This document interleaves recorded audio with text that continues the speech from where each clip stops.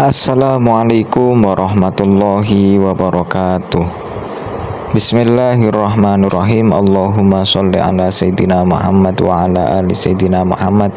Insyaallah pada video kali ini saya akan membahas tentang hukum mencium tangan, menundukkan badan, dan juga mencium kaki.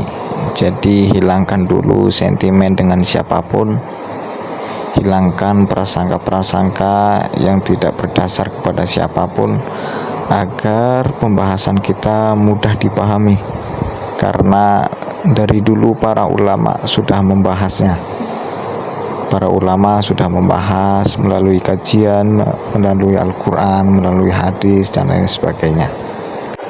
Jika kita sudah menjernihkan pikiran kita, membersihkan hati kita, mari kita bahas. Kitab yang sedang Anda lihat itu kitab Al-Fatawa Al-Fiqhiyah Al-Kubra, karyanya Al-Imam Ibnu Hajar Al-Haytami. Ini ulama terkemuka dari kalangan Syafi'iyah, ulama Syafi'i. Teman-teman nanti bisa dicek, bisa dilihat jilid 4 halaman 247. Langsung saja kita baca. Bismillahirrahmanirrahim. Wasu'ila rahimahullahu subhanahu wa ta'ala. Jadi Imam Ibnu Hajar Al-Haytami, beliau itu ditanya bima laftuhu, isi pertanyaannya yaitu ma hukmul musafahati, apa hukum jabat tangan, wa takbiril yadi, dan hukum mencium tangan, warijli, dan hukum mencium kaki, waroksi, dan hukum mencium kepala, wal inhinai bidzohri, dan menunduk dengan punggung, menundukkan badan maksudnya, wal qiyami, dan juga berdiri. Ubsutul jawaba, terangkanlah jawabannya. Fa'ajaba biqaulihi, di sini Imam Ibnu Hajar beliau menjawab, al-musafahatu lil qadimi, berjabat tangan dengan orang yang baru datang, sunnatun, hukumnya sunnah. Jabat tangan, saya kira kita sepakat dalam masalah ini ya. Wa kadza takbilu ma dzukira, begitu juga dihukumi sunnah mencium hal yang telah disebutkan. Tadi hal yang telah disebutkan apa? Mencium tangan, mencium kaki, dan juga mencium kepala. Mungkin nanti kita akan berbeda pemikiran, tapi yang jelas di sini nanti Imam Ibnu Hajar akan menerangkan dalil-dalilnya tentang kebolehan, bahkan hukumnya sunnah, mencium tangan, mencium kaki, mencium kepala. Min nahwi alimin, dari semisal orang alim, mencium tangan orang alim, mencium kaki orang alim, wasolihin, dan orang soleh, wasyarifi nasabin, dan juga orang yang nasabnya itu mulia, keturunan Nabi dan lain sebagainya. Sama terlebih dahulu bedakan cium kaki dengan sujud, karena kedua hal itu merupakan dua hal yang berbeda dan juga hukumnya pun berbeda. Kalau cium kaki dari keterangan ini hukumnya itu sunnah, tapi kalau sujud atau cium tanah di depan seseorang nanti hukumnya berbeda. Insya Allah nanti di belakang akan saya bahas. Wal inhina'u bidzohri makruhun, dan menundukkan badan pada seseorang hukumnya itu makruh.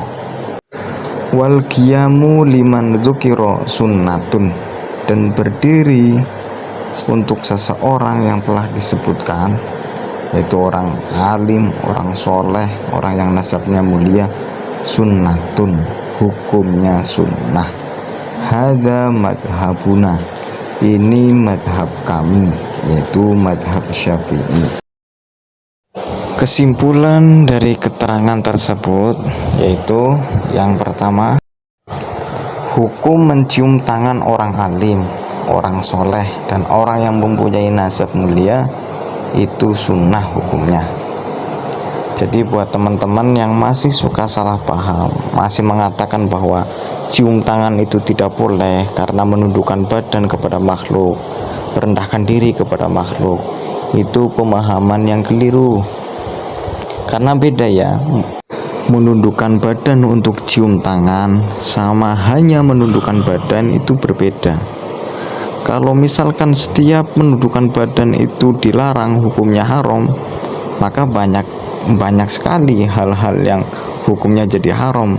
Contoh kecil lah, kita lagi ada tamu, kedatangan tamu nih, terus kita nyuguhin kopi ataupun nyuguhin makanan, badan kita kan nunduk pak, apalagi yang pakai kursi, kita duduknya di bawah lalu menyuguhkan makanannya, berarti haram dong kayak gitu. Dalilnya akan saya sebutkan nanti di belakangnya. Yang kedua, menundukkan badan hukumnya itu makruh. Hukumnya itu makruh pak. Jadi kalau misalkan kita ngelihat orang nundukin badan, ataupun mungkin sekarang ya yang lagi viral itu santri ngesot misalkan, kalau kita samakan dengan menundukkan badan, itu hukumnya makruh. Jadi jangan seolah-olah menganggap itu perbuatan haram, karena hanya sebatas makruh. Lalu kalau seandainya ada orang mengkritik, ya jangan juga langsung marah, karena emang hukumnya itu makruh. Namanya makruh kan ya sebaiknya ditinggalkan. Sekarang kita sebutkan dalilnya.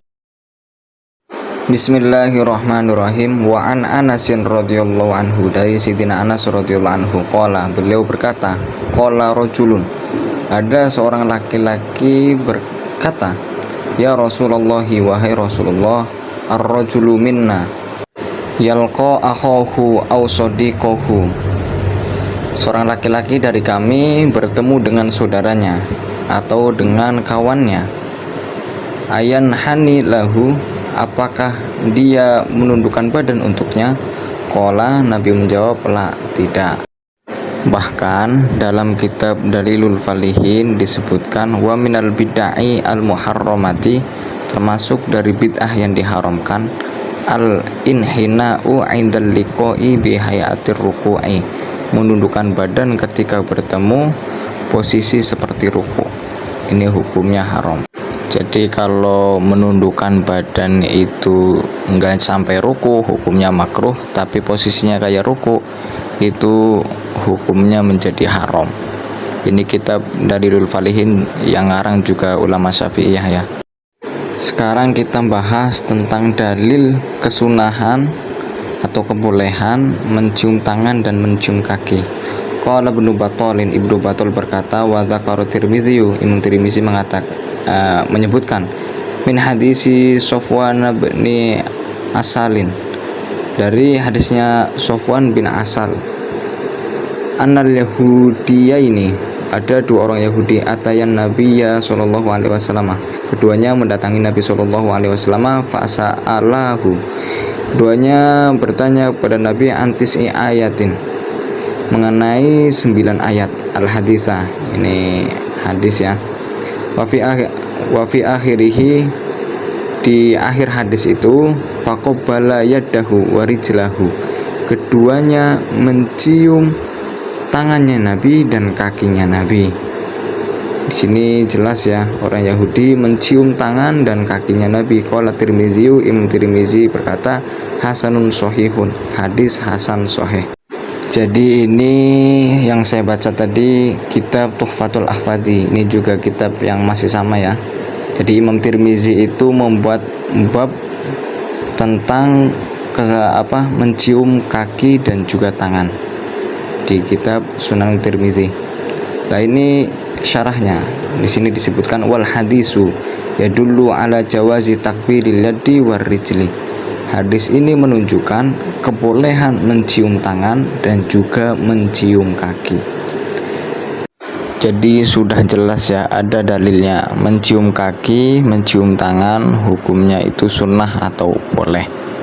Jadi bedakan antara mencium kaki dengan sujud, itu sangat berbeda dan hukumnya pun berbeda. Mari kita bahas hukum sujud kepada seseorang.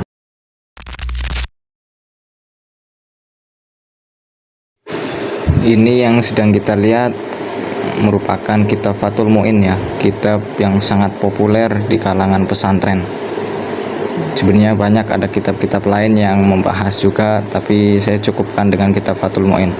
Bismillahirrahmanirrahim. Wa sujudul jahalati, dan sujudnya orang-orang bodoh. Di sini pengarang Fathul Mu'in ini sampai menyebutkan orang-orang bodoh ya. Baina yadai masyayihim, di depan syekh-syekhnya, di depan guru-guru mereka, haramun, hukumnya itu haram, ittifaqon, kesepakatan para ulama. Jadi sujud di depan guru ataupun di depan siapapun itu hukumnya haram, tidak ada perbedaan pendapat. Kalau di kitab lain kayak contohnya Al-Mausu'ah Al-Fiqhiyah, itu mencium lantai di depan seseorang itu pun hukumnya haram. Jadi kalau sujud itu hukumnya haram, tapi kalau cium kaki itu hukumnya enggak haram. Jadi harap dibedakan. Mungkin sekian video dari saya. Jadi mudah-mudahan apa yang kita bahas hari ini bisa memberikan pencerahan.